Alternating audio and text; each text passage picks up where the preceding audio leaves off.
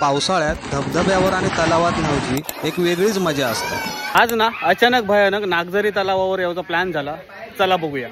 आचरे गावच्या ऐतिहासिक महत्त्व असलेल्या नागझरी तलावाचा ग्रामपंचायतीच्या वतीने सुशोभीकरण केला गेला। आता जरी ह्या तलाव तुमका रिकामी दिसत असला तरी इकडे मे महिन्यात बरेचसे जण आंघोळ करूक असतात।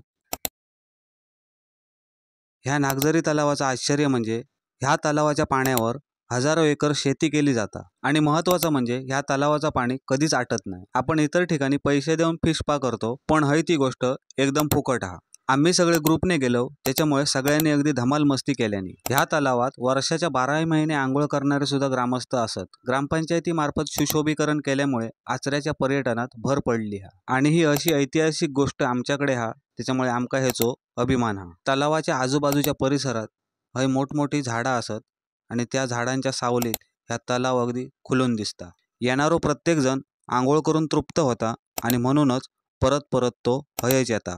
तुमका हय अशा ठिकाणी येऊन आंघोळ करूक आवडात काय? कमेंट करून नक्की सांगा। आज आपण निसर्गान मुक्तहस्तपणे उधळण केलेल्या नागझरी तलावाक भेट दिली। तुमका जर या तलाव आवडला तर आपल्या मित्रांमध्ये नक्की शेअर करा। भेटूया अशाच एका नवीन रील सोबत, तोपर्यंत काळजी घ्यावा।